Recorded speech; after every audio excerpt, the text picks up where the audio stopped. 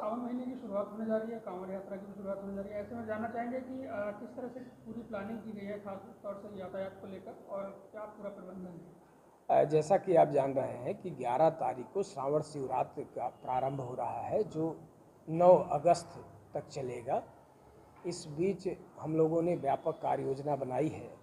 यातायात प्रबंधन का भी है और अन्य ड्यूटियां जोन सेक्टर के रूप में लगी हुई है, सुपर जोन के भी रूप में ड्यूटियां लगी गई हैं।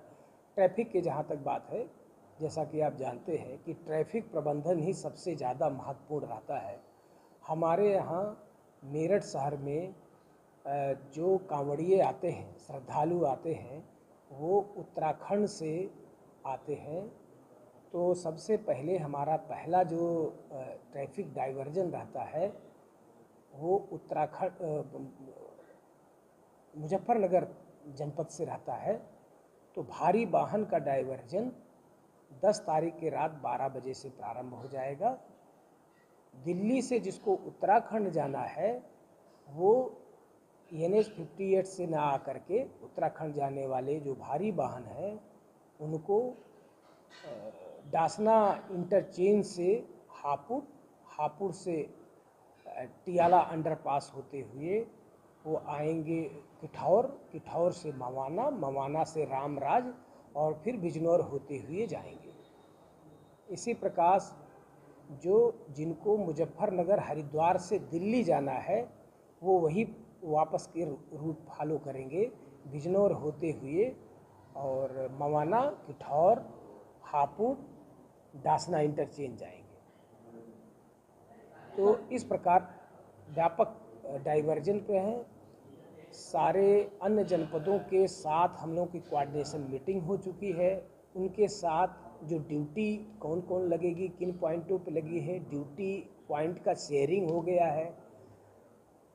टाइमिंग को लेकर के शेयरिंग है, कितने बजे प्रेशर पॉइंट रहेगा, उस पर क्या ड्यूटी रहेगी। और लगातार हम लोगों की पेट्रोलिंग गाड़ियाँ पेट्रोलिंग करती रहेंगी।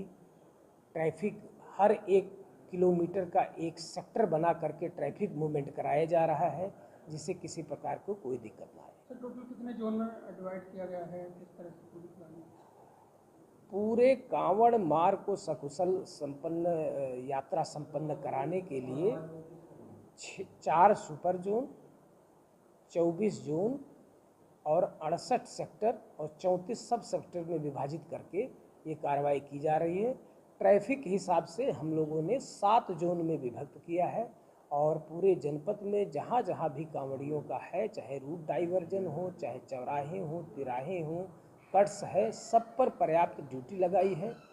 और इन पुलिसकर्मियों की लगातार ब्रीफिंग चल रही है व्यवहार को लेकर के, किस तरह को हमारे कांवड़िया भाइयों के साथ हमको कैसे पेश आना है, कैसे हमको अपना नियम के अनुसार शांतिपूर्वक यात्रा सकुशल संपन्न करानी है।